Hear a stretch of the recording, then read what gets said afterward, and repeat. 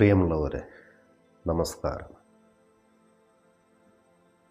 ദിവ്യബോധം ചാനലിലേക്ക് നിങ്ങൾക്ക് ഏവർക്കും സ്വാഗതം. ജനിച്ചവർക്കെല്ലാം ഒരു നാൾ മരിക്കണം എന്നതല്ല സത്യം. മരിക്കാത്ത എന്തോ ഒന്ന് നിങ്ങളിൽ ഇപ്പോൾ ജീവിച്ചിരിക്കുന്നു എന്നതാണ് ഏക സത്യം. വിജ്ഞാൻ ഭൈരവ തന്ത്രത്തിലെ 9ാമത്തെ വിദ്യയിലൂടെ മരണമില്ലാത്ത ആ നിത്യ സത്യത്തെ കണ്ടെത്താനുള്ള യാത്ര നമ്മൾ ഇന്ന് ആരംഭിക്കുകയാണ്. വിജ്ഞാൻ ഭൈരവ തന്ത്രയിലെ ഏറ്റവും കഠിനമെന്ന് തോന്നാവുന്ന എന്നാൽ ഏറ്റവും വേഗത്തിൽ ഫലം നൽകുന്ന 9ാമത്തെ വിദ്യയെക്കുറിച്ചാണ് നമ്മളിന്ന് ചിന്തിക്കുന്നത്. ഈ വിദ്യയുടെ ആദ്യ ഭാഗമെന്നത് ശിവൻ പറയുന്നു, ജഡം കണക്കെ നിശ്ചലനായി നിലത്ത് കിടക്കുക എന്നാണ്. ഇതിനെ ഞാൻ മരണത്തിൻ്റെ റിഹേഴ്സൽ എന്ന് വിളിക്കാൻ ആഗ്രഹിക്കുകയാണ്.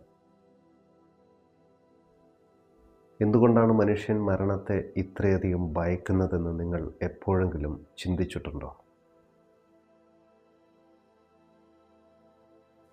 മരണം ഒരിക്കലേ സംഭവിക്കുന്നുള്ളൂ, പക്ഷേ അതിൻ്റെ ഭയം നമ്മളെ ഓരോ നിമിഷവും കൊന്നുകൊണ്ടിരിക്കുകയാണ് എന്നതാണ് സത്യം.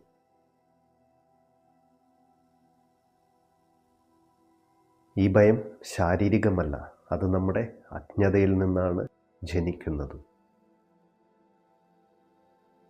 നാം നമ്മുടേതെന്ന് കരുതി മുറുക്കി പിടിച്ചിരിക്കുന്ന ഈ പേരും പദവിയും ശരീരവുമെല്ലാം ഒരു ദിവസം നഷ്ടപ്പെടുമെന്ന തിരിച്ചറിവാണ് വാസ്തവത്തിൽ നമ്മെ തളർത്തുന്നത്. ശിവൻ നമ്മോട് ഇവിടെ പറയുന്നത് മരണത്തെ നിങ്ങളൊരു പേടിയായല്ല, മറിച്ചൊരു ധ്യാനമായി സ്വീകരിക്കാനാണ്. നിങ്ങൾ ജീവിച്ചിരിക്കുമ്പോൾ തന്നെ മരിക്കാൻ തയ്യാറായാൽ മരണത്തിന് നിങ്ങളെ പിന്നീട് ഒരിക്കൽ പോലും തൊടാൻ കഴിയില്ല. ഇത് മനസ്സിലാക്കുവാൻ വേണ്ടി നമുക്ക് ലളിതമായ സത്യങ്ങളിലൂടെ ഒന്ന് കടന്നു പോകാം. ഒരു പാമ്പ് അതിൻ്റെ പുറംതൊലി അഥവാ പടം ഉരിഞ്ഞു കളയുന്നത് നമ്മളെല്ലാവരും കണ്ടിട്ടുണ്ടാകും. ആ പടം ഉരിഞ്ഞു കളയുമ്പോൾ ആ പാമ്പ് അവിടെ ഭയപ്പെടുന്നില്ല. കാരണം താൻ ആ തൊലിയല്ലെന്നും അതിനുള്ളിലെ ജീവനാണെന്നും ആ പാമ്പിനറിയാം. നമ്മുടെ ശരീരവും ഈ പ്രപഞ്ചം നമുക്ക് നൽകിയ ഒരു പടം മാത്രമാണ്. കാലപ്പഴക്കത്തിൽ അത് ഉരിഞ്ഞു പോകും.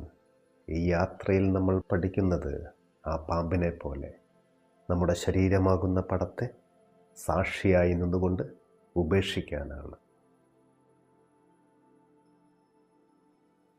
വസ്ത്രം മാറുന്നത് പോലെ ലളിതമായ ഒന്നാണ് മരണമെന്ന തിരിച്ചറിവാണ് നമുക്ക് വേണ്ടത്. ഓരോ തിരമാലയും ഉയരുമ്പോൾ അത് വിചാരിക്കുന്നത് താൻ സമുദ്രത്തിൽ നിന്ന് വേറിട്ട് നിൽക്കുന്ന ഒന്നാണെന്നാണ്. അതുകൊണ്ട് തന്നെ തീരത്ത് വന്ന് അത് ഉടയുമ്പോൾ അത് തൻ്റെ മരണമായി കണ്ട് ഭയപ്പെടുകയാണ്. എന്നാൽ അവിടെ തിരമാല തിരിച്ചറിയാത്ത ഒരു സത്യമുണ്ട്. തിരമാല സമുദ്രത്തിൻ്റെ തന്നെ ഭാഗമാണെന്നും അത് ഉടയുമ്പോൾ അത് ഇല്ലാതാകുന്നില്ല, മറിച്ച് സമുദ്രമെന്ന പൂർണ്ണതയിലേക്ക് മടങ്ങുകയാണ് ചെയ്യുന്നതെന്നും തിരമാല അവിടെ അറിയുന്നില്ല. നമ്മുടെ ജീവിതവും ഒരു തിരമാല പോലെയാണ്. മരണം എന്നത് സമുദ്രമാകുന്ന പരമാത്മാവിലേക്ക് തിരിച്ചുള്ള ലയനമാണ്. ലയനം ഒരിക്കലും നാശമല്ലല്ലോ, അത് പൂർണ്ണതയല്ലേ. ഒരു മൺകുടത്തിനുള്ളിൽ അല്പം സ്പേസ് ഉണ്ടാകും. നമ്മൾ കണ്ടിട്ടുണ്ടാകും, ഒരു മൺകുടത്തിൻ്റെ അകവശം ശൂന്യമാണ്. ആ കുടം വീണുടഞ്ഞാൽ അതിനുള്ളിലുള്ള ആ സ്പേസിന് അല്ലെങ്കിൽ ആ ശൂന്യതയ്ക്ക് എന്താണ് സംഭവിക്കുന്നത്? ഒന്നും സംഭവിക്കില്ല. കുടത്തിന് പുറത്തുള്ള അനന്തമായ ആകാശവുമായി ആ ചെറിയ സ്ഥലം ഒന്നായി മാറുമെന്ന് മാത്രം. നമ്മുടെ ശരീരമാണ് ആ മൺകുടമെന്ന് കരുതിയാൽ അതിനുള്ളിലെ ബോധമാണ് ആ കുടത്തിലെ ആകാശം. മരണം കുടത്തെ മാത്രമേ തകർക്കുന്നുള്ളൂ. അതിനുള്ളിലെ ബോധം പ്രപഞ്ചബോധവുമായി ഒന്നായിത്തീരുക മാത്രമാണ് ചെയ്യുന്നത്. ആ കുടമുടയുമ്പോൾ ആ ആകാശം അവിടെ സ്വതന്ത്രമാകുകയാണ്. പ്രിയമുള്ളവരെ, നമ്മൾ ഈ ഭൂമിയിലേക്ക് വന്നതൊരു ടൂറിസ്റ്റിനെ പോലെയാണ്. ഒരു ടൂറിസ്റ്റ് ഹോട്ടൽ മുറി തൻ്റെ വീടാണെന്ന് തെറ്റിദ്ധരിച്ചാൽ യാത്ര തിരിക്കേണ്ടി വരുമ്പോൾ അയാൾ കരയും. എന്നാൽ ഇതൊരു താൽക്കാലിക താവളമാണെന്ന് തിരിച്ചറിഞ്ഞാൽ അയാൾ സന്തോഷത്തോടെ മടങ്ങുകയും ചെയ്യും. നിങ്ങൾ മനസ്സിലാക്കുക, ബോധപൂർവം മരിക്കാൻ പഠിക്കുന്നവന് മാത്രമേ ജീവിതത്തെ അതിൻ്റെ പൂർണ്ണതയിൽ ആസ്വദിക്കാൻ കഴിയുകയുള്ളൂ. അബോധാവസ്ഥയിൽ മരിക്കുന്ന കോടിക്കണക്കിന് ആളുകളിൽ ഒരാളാകരുത് നമ്മൾ.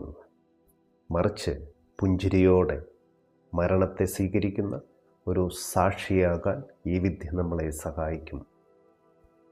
നിങ്ങൾ തയ്യാറാണെങ്കിൽ ജഡധ്യാനത്തിൻ്റെ നിഗൂഢതകളിലേക്ക് നമുക്ക് പ്രവേശിക്കാം. അതിനായി നമ്മുടെ ശരീരം നിശ്ചലമാകണം, ബോധം ഉണരണം.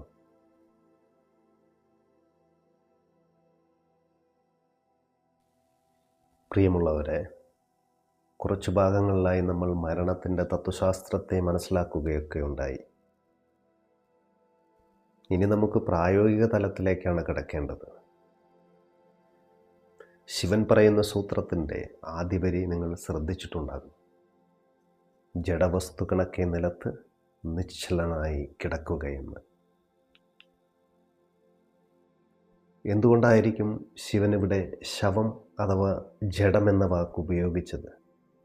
കാരണമെന്നത്, ജീവിച്ചിരിക്കുമ്പോൾ തന്നെ നമ്മളെ ഒരു വസ്തുവായി മാത്രം കാണാൻ നമ്മൾ പഠിക്കേണ്ടതുണ്ട്. സാധാരണഗതിയിൽ ഞാനെന്ന് പറയുമ്പോൾ നാം ആദ്യം ഉദ്ദേശിക്കുന്നത് ഈ ശരീരത്തെയാണ്, അല്ലേ? എന്നാൽ ഈ വിദ്യയിലൂടെ നാം നമ്മുടെ ശരീരത്തെ ഒരു ഉപകരണം മാത്രമായി കാണാൻ ശീലിക്കുകയാണ്. നിങ്ങളിപ്പോൾ മലർന്ന് കിടക്കുകയാണെന്ന് കരുതിയാൽ നിങ്ങളോട് ഞാൻ ചോദിക്കുകയാണ്, നിങ്ങളുടെ കൈകൾ എവിടെ? നിങ്ങൾ പറയും, ഇതാ ഇവിടെയെന്ന്. അപ്പോൾ ആ കൈകളല്ല നിങ്ങൾ, അല്ലേ? അത് നമ്മുടെ ഉടമസ്ഥയിലുള്ള ഒരു വസ്തു മാത്രമാണ്. നമ്മുടെ ഉടമസ്ഥതയിലുള്ള കാർ നമ്മളല്ലാത്തതുപോലെ നമ്മുടെ ശരീരവും നമ്മളല്ല.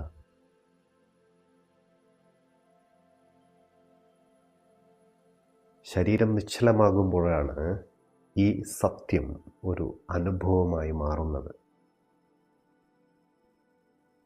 നമ്മളൊരു മരക്കഷ്ണമോ കല്ലോ പോലെ നിലത്ത് കിടക്കുമ്പോൾ ശരീരം അതിൻ്റെ ഭാരം ഭൂമിക്ക് വിട്ടുകൊടുക്കുകയാണ് ചെയ്യുന്നത്.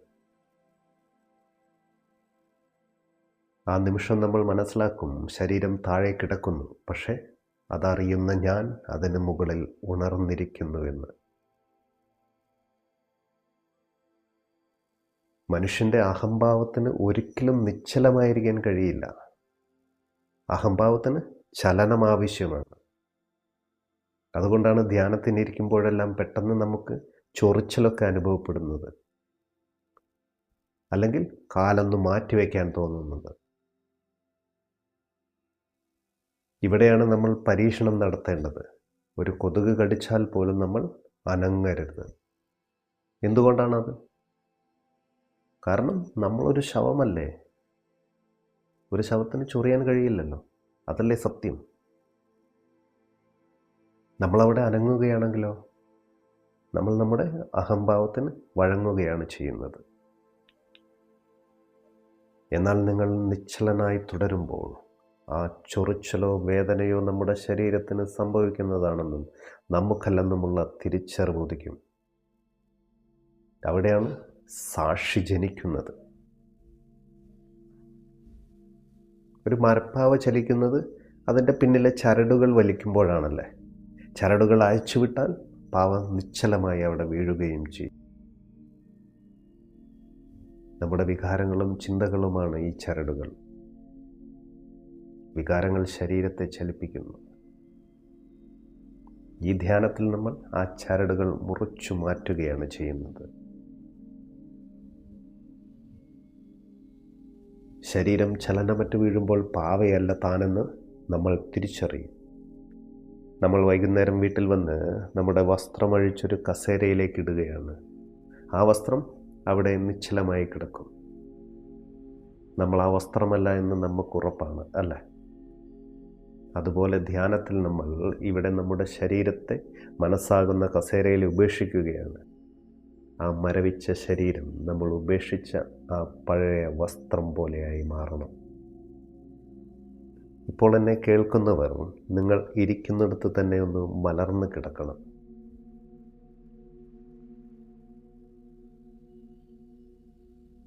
നിങ്ങളുടെ ശ്വാസം പോലും അതീവ നിശബ്ദമാകട്ടെ.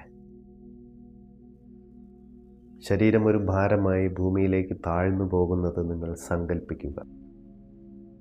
മനസ്സിനോട് പറയുക, ഇപ്പോൾ ഞാൻ മരിച്ചു കഴിഞ്ഞു.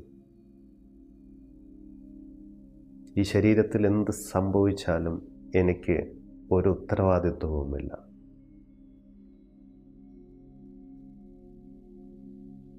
ഈ നിശ്ചലതയുടെ പൂർണ്ണതയിൽ പെട്ടെന്ന് നിങ്ങളുടെ ഉള്ളിലൊരു പ്രകാശമുണരും.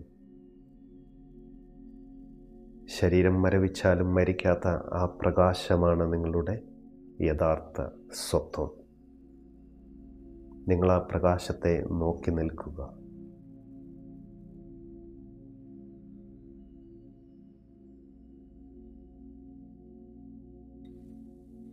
പ്രിയമുള്ളവരെ, വിജ്ഞാൻ ഭൈരവ തന്ത്രം ഒരു ശാസ്ത്രമാണെന്ന് നമ്മൾ പറഞ്ഞിട്ടുണ്ട്. ഏത് ശാസ്ത്രത്തിനും ഒരു പരീക്ഷണശാലയും ഒരു ശാസ്ത്രജ്ഞനും ഉണ്ടാകും. അത് അത്യാവശ്യമാണ്, അല്ലേ?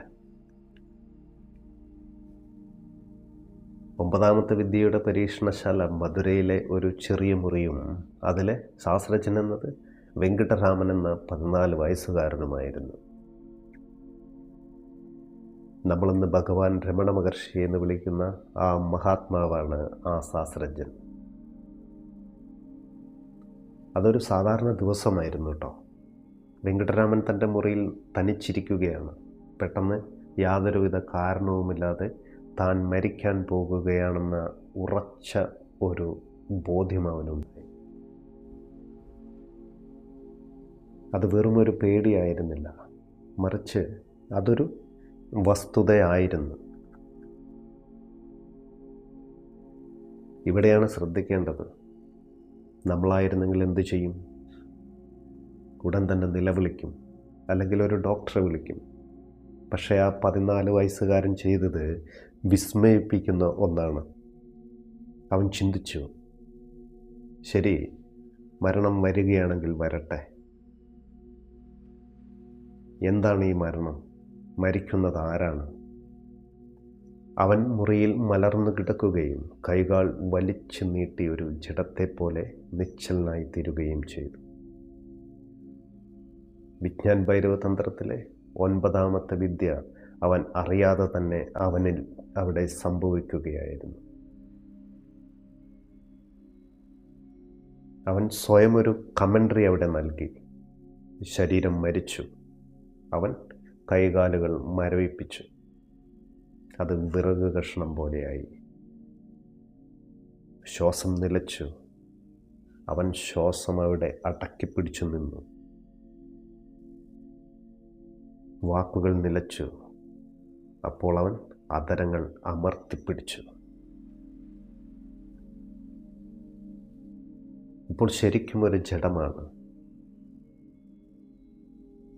അപ്പോഴാണ്, ആ നിമിഷമാണ് വിപ്ലവകരമായ ആ ചോദ്യം അവൻ്റെ ഉള്ളിൽ ഉദിച്ചത്. ഈ ശരീരം മരിച്ചു. ഇതിനെ ഇനി ചുടൽപ്പറമ്പിൽ കൊണ്ടുപോയി കത്തിക്കും. അത് ചാരമായി മാറും. പക്ഷേ ശരീരം മരിച്ച ഈ നിമിഷവും ഞാനിതെല്ലാം അറിയുന്നുണ്ടല്ലോ. അപ്പോൾ ഈ അറിവ് മരിച്ചിട്ടില്ല. ശരീരം മരിച്ചാലും മരിക്കാത്ത ഒരു ഞാൻ ഉള്ളിലുണ്ട്. അപ്പോൾ ഞാനീ ശരീരമല്ല എന്ന സത്യം അദ്ദേഹം അവിടെ തിരിച്ചറിഞ്ഞു.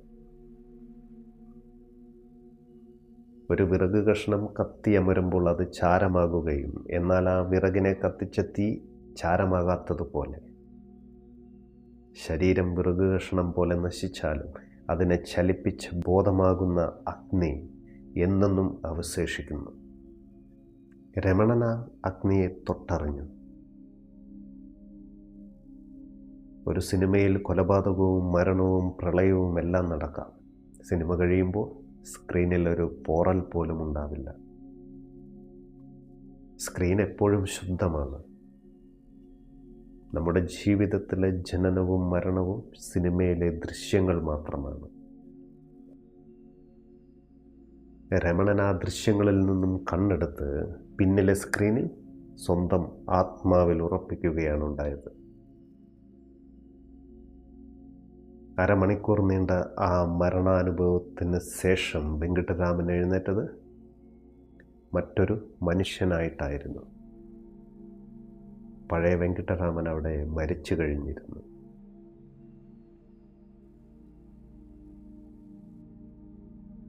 ഭയമെന്ന വാക്ക് അദ്ദേഹത്തിൻ്റെ നിഘണ്ടുവിൽ നിന്ന് എന്നേക്കുമായി മാഞ്ഞുപോയി. മരണത്തെ മുഖാമുഖം കണ്ടവന് പിന്നീട് എന്തിനെ ഭയപ്പെടാം? ലോകം മുഴുവൻ തൻ്റെ ശത്രുക്കളായി വന്നാലും അവർക്ക് ഈ ശരീരത്തെ അല്ലാതെ തന്നെ തൊടാൻ കഴിയില്ലെന്ന് അദ്ദേഹം അറിയുകയുണ്ടായി. ആ ശാന്തിയാണ് പിൽക്കാലത്ത് അരുണാചലിലെ കുന്നുകളിൽ മൗനമായി ഒഴുകിയത്. സുഹൃത്തുക്കളെ, രമണ മഹർഷി ചെയ്തത് നമുക്കും ചെയ്യാം. ഇനിയുള്ള നമ്മുടെ മണിക്കൂറുകളിൽ നമ്മൾ പരിശീലിക്കുന്നത് ഇതായിരിക്കണം. നമ്മുടെ ശരീരം മരിക്കട്ടെ എന്നേ, നമ്മളിലെ ഞാൻ ഉണരട്ടെ. നിങ്ങൾ ഓരോരുത്തരും നിങ്ങൾക്കുള്ളിലെ രമണനെ കണ്ടെത്താൻ തയ്യാറെടുക്കണം. നിങ്ങളുടെ മരണഭയം എന്നത് നിങ്ങളുടെ പ്രബുദ്ധതയിലേക്കുള്ള ഇന്ധനമാകണം.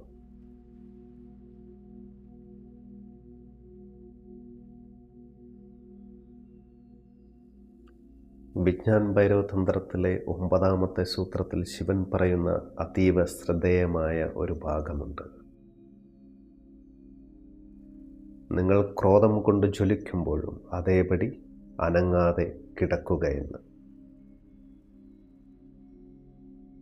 എന്തുകൊണ്ടായിരിക്കും വികാരങ്ങൾ ഉണ്ടാകുമ്പോൾ അനങ്ങരുതെന്ന് ശിവൻ പറയുന്നത്?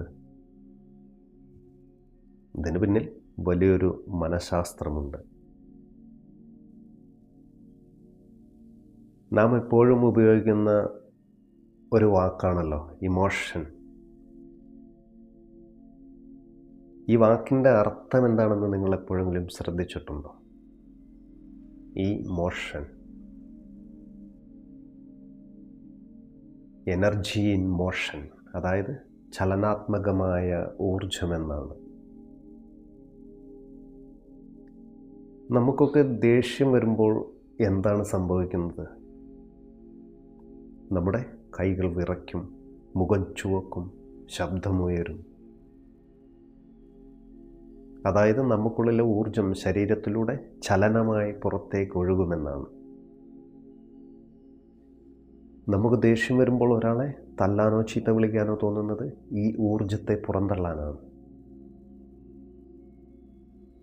അതുപോലെ ദുഃഖം വരുമ്പോൾ നാം കരയുന്നതും ഈ ഒരു ചലനത്തിൻ്റെ ഭാഗമാണ്.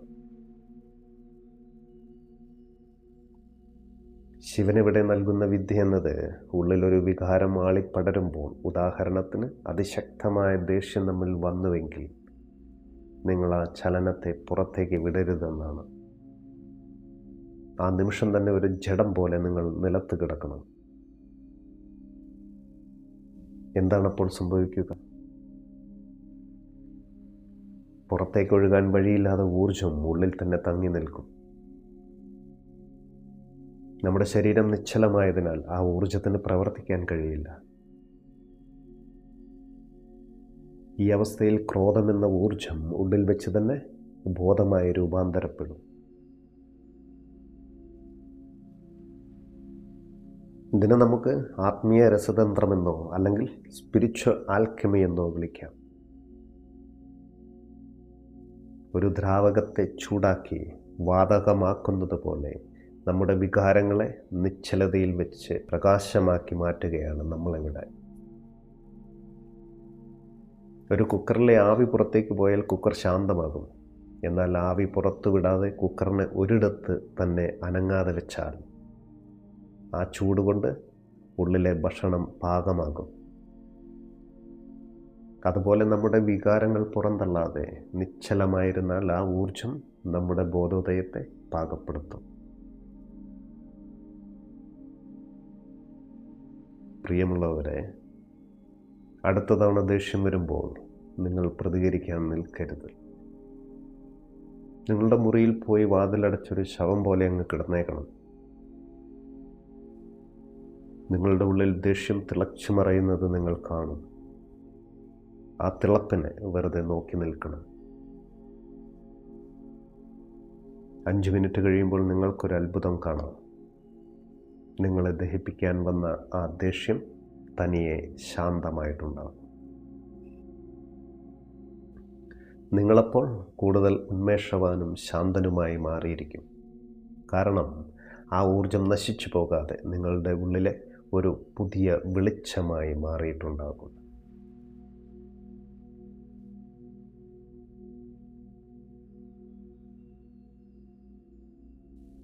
ഒമ്പതാമത്തെ സൂത്രത്തിൽ ശിവൻ പറയുന്ന രണ്ടാമത്തെ പ്രധാന മാർഗം എന്നത് ഇമ പൂട്ടാതെ എവിടേക്കെങ്കിലും ദൃഷ്ടി ഉറപ്പിച്ച് കിടക്കുക എന്നാണ്. ഈ വിദ്യയുടെ ജീവിക്കുന്ന ഉദാഹരണമായിരുന്നു മെഹർ ബാബ. അദ്ദേഹം വർഷങ്ങളോളം നിലത്ത് മരിച്ചതുപോലെ കിടന്നുകൊണ്ട് തൻ്റെ മുറിയിലെ മച്ചിലേക്ക് മിഴിചിമ്മാതെ നോക്കിയിരിക്കുമായിരുന്നു. എന്തായിരിക്കും ഈ തുറിച്ചുനോട്ടത്തിൻ്റെ രഹസ്യം? നമ്മുടെ കണ്ണുകൾ എന്നത് തലച്ചോറിൻ്റെ പുറമേയുള്ള ഭാഗങ്ങളാണ്. നമ്മളുടെ ചിന്തകൾ ഓടുമ്പോൾ നമ്മുടെ കണ്ണുകളും കൂടെ ഓടും. നമുക്ക് ദേഷ്യം വരുമ്പോൾ നമ്മുടെ കണ്ണുകൾ ചുവക്കും. ഭയം വരുമ്പോൾ അവ വിറയ്ക്കും. ശിവനിവിടെ നൽകുന്ന വിദ്യ ലളിതമാണ്.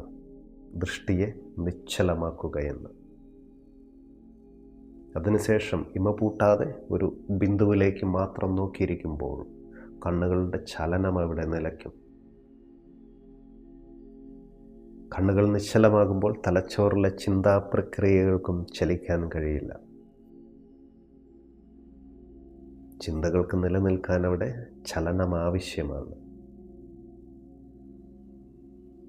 ആ നിശ്ചലതയിൽ നമ്മുടെ ചിന്തകൾ അവിടെ അലിഞ്ഞു പോകും.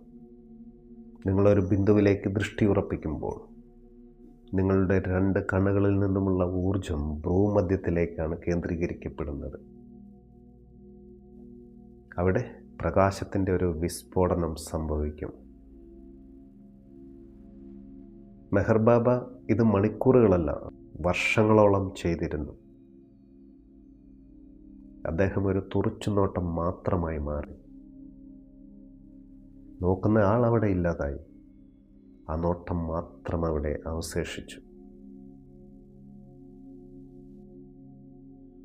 ഈ അവസ്ഥയിലാണ് അദ്ദേഹം ലോകം കണ്ട ഏറ്റവും വലിയ മൗനത്തിലേക്ക്, ഗ്രേറ്റ് സൈലൻസിലേക്ക് ആഴ്ന്നിറങ്ങിയത്. നമ്മുടെ ദൃഷ്ടിയുടെ കരുത്ത് മനസ്സിലാക്കാൻ നമുക്കൊരു കൊച്ചുദാഹരണം നോക്കാം. ഒരു ക്യാമറയുടെ ലെൻസ് ചലിച്ചുകൊണ്ടിരുന്നാൽ നമ്മളെടുക്കുന്ന ചിത്രം വ്യക്തമാവില്ല എന്ന് നമുക്കറിയാം, അല്ലേ? എന്നാൽ ലെൻസ് ഒരിടത്ത് ഉറപ്പിച്ചു നിർത്തിയാൽ ചിത്രം ഇവിടെ ക്രിസ്റ്റൽ ക്ലാരിറ്റി പോലെ വ്യക്തമാകും. നമ്മുടെ മനസ്സെന്നത് ഈ ചലിച്ചുകൊണ്ടിരിക്കുന്ന ലെൻസിന് സമമാണ്. ഈ വിദ്യയിലൂടെ നമ്മൾ നമ്മുടെ ബോധത്തെ ഒരു ബിന്ദുവിൽ ഫോക്കസ് ചെയ്യുകയാണ് ഇവിടെ. അപ്പോൾ ഈ പ്രപഞ്ചത്തിൻ്റെ യഥാർത്ഥ ചിത്രം നമുക്കുള്ളിൽ തെളിയും.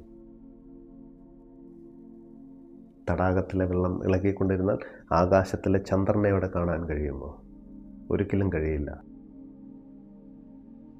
വെള്ളം പൂർണ്ണമായും നിശ്ചലമാകുമ്പോൾ ചന്ദ്രൻ അവിടെ വ്യക്തമായി തെളിയും. നമ്മുടെ ദൃഷ്ടി നിശ്ചലമാകുമ്പോൾ നമ്മുടെ മനസ്സാകുന്ന തടാകം അവിടെ ശാന്തമാകും. അപ്പോൾ നമുക്കുള്ളിലെ ആത്മപുരുഷൻ അവിടെ വെളിപ്പെടും. മെഹർ ബാബയുടെ ജീവിതത്തിലെ മറ്റൊരു മനോഹരമായ സംഭവം എന്നത് അമേരിക്കയിലെ ഏറ്റവും വലിയൊരു മനഃശാസ്ത്രജ്ഞൻ മെഹർ ബാബയുടെ മനസ്സ് വായിക്കാൻ ഒരു ശ്രമം നടത്തുകയുണ്ടായി. പക്ഷേ അദ്ദേഹം എത്ര ശ്രമിച്ചിട്ടും അതിന് കഴിഞ്ഞിരുന്നില്ല. അത് കഴിയാത്തതിന് കാരണമെന്നത് വായിക്കാൻ മാത്രം അവിടെ ഒരു വരി പോലും ഉണ്ടായിരുന്നില്ല എന്നതാണ് സത്യം. ചിന്തകളില്ലാത്ത ഒരു മനസ്സൊരു വെളുത്ത കടലാസ് പോലെയല്ലേ. ഒരു തുറച്ചു നോട്ടത്തിലൂടെ മെഹർ ബാബ തൻ്റെ മനസ്സിനെ ഒരു ശൂന്യമായ ആകാശമാക്കി മാറ്റിയിരിക്കുകയാണ് അവിടെ. ആകാശത്തെ ഒരിക്കലും ഒരാൾക്കും വായിക്കാൻ കഴിയില്ല, അതിനെ അനുഭവിക്കാനേ കഴിയൂ. മെഹർ ബാബ പിന്നീട് തൻ്റെ ജീവിതകാലം മുഴുവൻ മൗനിയായി തുടർന്നത് വാക്കുകൾ അവസാനിച്ചത് കൊണ്ടല്ല, മറിച്ച് വാക്കുകൾക്കപ്പുറമുള്ള സത്യം അദ്ദേഹത്തിൻ്റെ ദൃഷ്ടിയിലൂടെ കണ്ടെത്തിയത് കൊണ്ടാണ്. നിങ്ങളിതൊന്ന് പരീക്ഷിക്കാൻ ആഗ്രഹിക്കുന്നുവെങ്കിൽ ഇരിക്കുന്നിടത്ത് തന്നെ നിങ്ങളുടെ മുന്നിലുള്ള ഒരു ബിന്ദുവിനെ തിരഞ്ഞെടുക്കാം. നിങ്ങളുടെ കൺപോളകൾ ഇവിടെ ചലിപ്പിക്കരുത്. കണ്ണുകളിൽ നിന്ന് വെള്ളം വരാം, അല്പം എരിച്ചിൽ തോന്നാം, പക്ഷേ നിങ്ങൾ പിന്മാറരുത്. ഏതാനും നിമിഷങ്ങൾക്കുള്ളിൽ നമ്മുടെ സമയം അവിടെ നിശ്ചലമാകുന്നതും നമ്മളൊരു ശൂന്യതയിലേക്ക് മാറുന്നതും നമ്മൾ അറിയും. നമ്മൾ വെറുമൊരു അറിവ് മാത്രമായി മാറുന്ന ആ നിമിഷത്തെ നമ്മൾ സ്നേഹിച്ചുകൊണ്ടേയിരിക്കണം.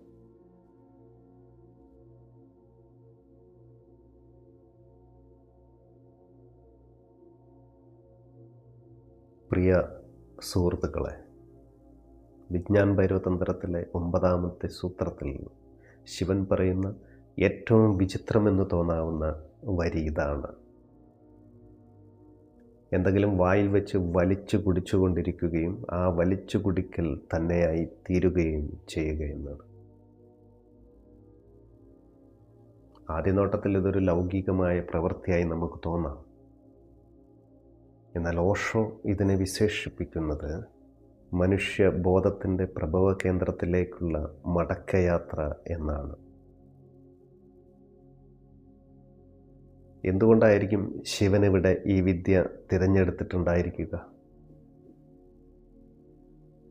നമ്മൾ ഈ ഭൂമിയിലേക്ക് വന്നപ്പോൾ ആദ്യമായി ചെയ്ത പ്രവൃത്തി എന്താണെന്ന് നിങ്ങൾക്കറിയാമോ? അതൊരു വലിച്ചു കുടിക്കലായിരുന്നു. വായുവിനെ ഉള്ളിലേക്ക് വലിച്ചു കുടിച്ചുകൊണ്ട് നമ്മൾ ശ്വസിക്കാൻ പഠിച്ചു, കരയാൻ പഠിച്ചു. അമ്മയുടെ മുലയിൽ നിന്ന് പാൽ വലിച്ചു കുടിച്ചുകൊണ്ട് നമ്മൾ ജീവൻ നിലനിർത്താൻ പഠിച്ചു. അമ്മയുടെ ഗർഭപാത്രത്തിൽ നമ്മൾ ശ്വസിച്ചിരുന്നില്ല, ആഹാരം കഴിച്ചിരുന്നില്ല. അവിടെ നമ്മൾ പ്രപഞ്ചവുമായി നേരിട്ട് ബന്ധപ്പെട്ടിരുന്നു. ജനിച്ചു വീണ നിമിഷം ആ ബന്ധമവിടെ മുറിഞ്ഞുപോയി. ആ നിമിഷം മുതൽ ഓരോ മനുഷ്യനും ആ പഴയ സുരക്ഷിതത്വവും സ്നേഹവും തിരികെ ലഭിക്കാൻ ആഗ്രഹിച്ചുകൊണ്ടേ ഇരിക്കുകയാണ്. വലിച്ചു കുടിക്കലെന്നത് ആ നിഷ്കളങ്കമായ സുരക്ഷിതത്വത്തിലേക്കുള്ള ഒരു പാലമാണ്. നമ്മൾ മുതിർന്നപ്പോൾ ഈ വിദ്യ മറന്നുപോയി എന്ന് നിങ്ങൾ കരുതുന്നുണ്ടോ? ഒരിക്കലുമില്ല. ഓഷോ പറയുന്നു, പുകവലിക്കുന്നവർ പോലും സത്യത്തിൽ ചെയ്യുന്നത് ഈ വിദ്യയുടെ ഒരു വക്രരൂപമാണെന്നാണ്. ഇളം ചൂടുള്ള പുക അകത്തേക്ക് വലിക്കുമ്പോൾ അവരുടെ അബോധ മനസ്സ് അത് അമ്മയുടെ ചൂടുള്ള പാലായി തെറ്റിദ്ധരിക്കുന്നുവെന്ന്.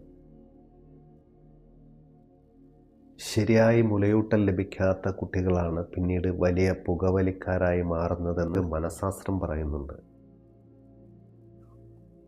ഒരു കാഴ്ചപ്പാട്: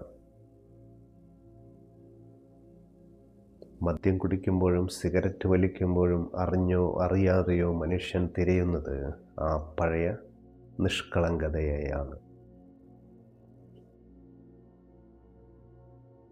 പക്ഷേ അവർ വസ്തുക്കളിൽ കുടുങ്ങിപ്പോകുകയും ആ പ്രക്രിയ മറന്നും പോയിരിക്കുന്നു. ഒരു ചെടിയുടെ വേരുകൾ മണ്ണിൽ നിന്ന് ജലം വലിച്ചെടുക്കുന്നുവെന്ന് നമുക്കറിയാം. വേരുകൾ ആ വലിച്ചെടുക്കൽ നിർത്തുന്ന നിമിഷം ചെടി അവിടെ വാടിപ്പോകുകയും ചെയ്യും. നമ്മളും പ്രപഞ്ചത്തിൽ നിന്ന് ഊർജം വലിച്ചെടുക്കുന്ന വേരുകളാണ്. നമ്മൾ ആ വലിച്ചെടുക്കൽ മാത്രമായി മാറുമ്പോൾ നമ്മൾ പ്രപഞ്ചമെന്ന മണ്ണുമായി ഒന്നായിത്തീരും. ഒരു ശംഖ് ചെവിയോട് ചേർത്ത് വെച്ചാൽ സമുദ്രത്തിൻ്റെ മുഴക്കം കേൾക്കാൻ കഴിയും. ശംഖ് വായുവിനെ വലിച്ചെടുക്കുന്നത് നമുക്ക് അനുഭവിക്കാൻ കഴിയും. നമ്മൾ ആ ശംഖ് പോലെ ശൂന്യമായിരിക്കുകയും ശ്വാസത്തെ വലിച്ചെടുക്കുകയും ചെയ്യുമ്പോൾ നമ്മുടെ ഉള്ളിലും പ്രപഞ്ചത്തിൻ്റെ ആ മഹാസംഗീതം മുഴങ്ങാൻ തുടങ്ങും. നമുക്കിതെങ്ങനെ ഒന്ന് പരീക്ഷിക്കാം? അതിനായി നമ്മൾ വെള്ളം കുടിക്കുന്ന സാഹചര്യങ്ങളിലൊക്കെ അതിനെ കേവലം ഒരു വെള്ളം മാത്രമായി കാണാതെ ആ കുടിക്കുന്ന പ്രക്രിയയിൽ ശ്രദ്ധ കേന്ദ്രീകരിക്കണം. ആ വെള്ളം തൊണ്ടയിലൂടെ ഇറങ്ങുന്ന ആ തണുപ്പും ആ ചലനവും മാത്രമായി നമ്മൾ മാറണം. അല്ലെങ്കിൽ കണ്ണുകളടച്ച് വായുവിനെ പതുക്കെ ഉള്ളിലേക്ക് വലിച്ചെടുക്കണം. ശേഷം ആ വായുവിനെ മറക്കണം. ആ വലിച്ചെടുക്കൽ മാത്രമായി മാറണം. അപ്പോൾ നിങ്ങളറിയാതെ തന്നെ നിങ്ങളുടെ അഹംഭാവം അലിഞ്ഞു പോകും. നിങ്ങൾ വീണ്ടും ഒരു കൈക്കുഞ്ഞായി മാറും. അറിവില്ലാത്ത, കുറ്റബോധമില്ലാത്ത വെറുമൊരു നിഷ്കളങ്കത മാത്രമുള്ള ഒരു കുട്ടിയായി മാറും. ആ നിമിഷം നിങ്ങൾ പ്രപഞ്ചമാതാവിൻ്റെ മടിത്തട്ടിലായിരിക്കും ഉണ്ടാവുക.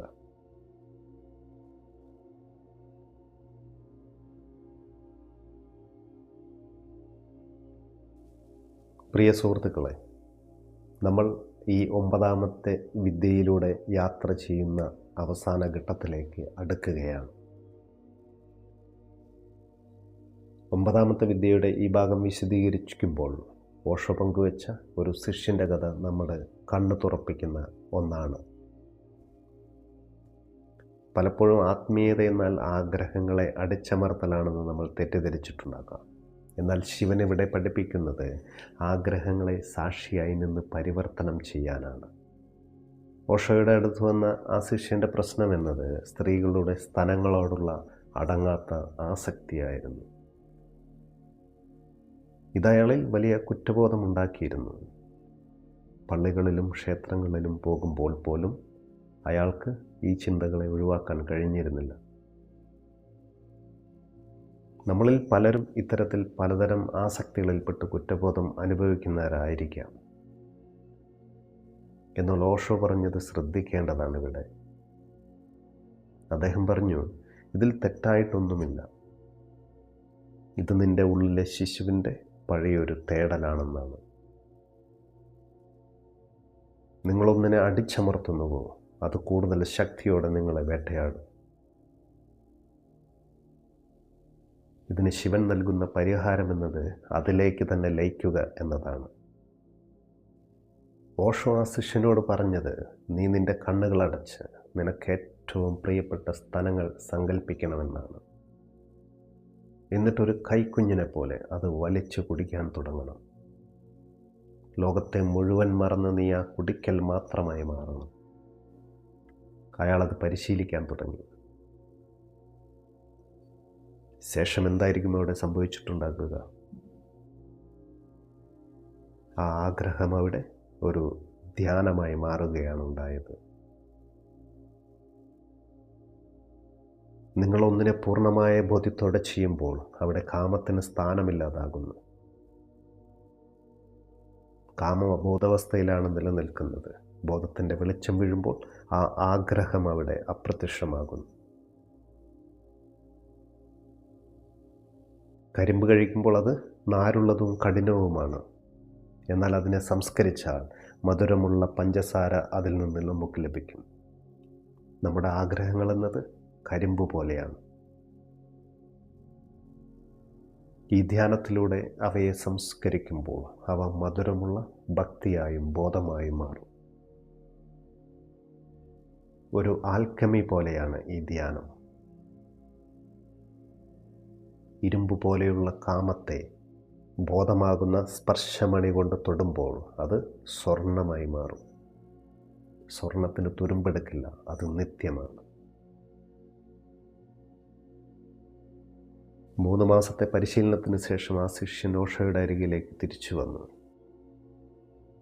ആ നിമിഷത്തിൽ അയാളുടെ ഉള്ളിൽ ആ വാക്കുകൾ അവസാനിച്ചിരുന്നു.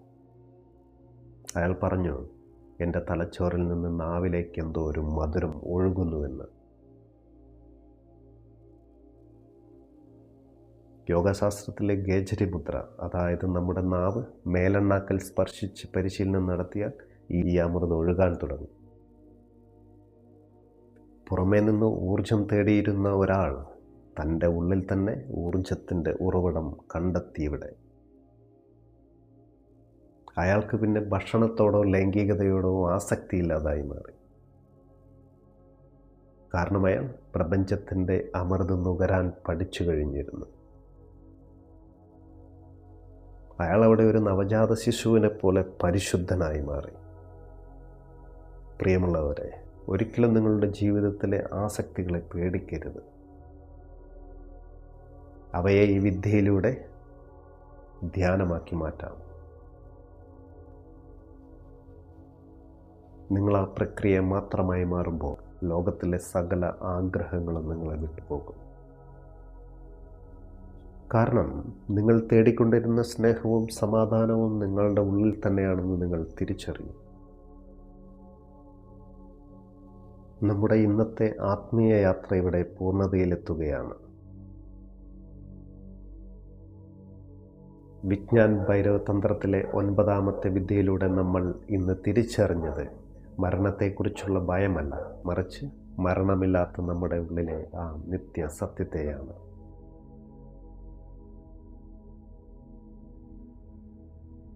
നമ്മുടെ ഈ യാത്ര അവസാനിപ്പിക്കുമ്പോൾ എനിക്ക് നിങ്ങളോട് ഒന്ന് മാത്രമേ പറയുവാനുള്ളൂ.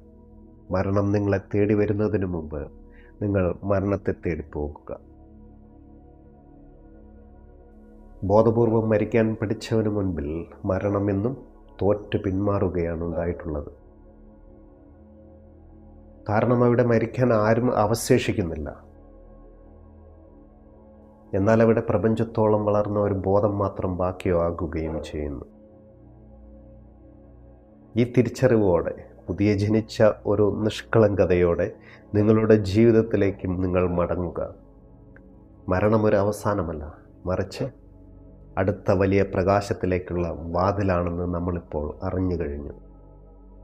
നിങ്ങൾക്കുള്ളിലെ ആ ദിവ്യബോധത്തിന് എൻ്റെ പ്രണാമം. നന്ദി, നമസ്കാരം.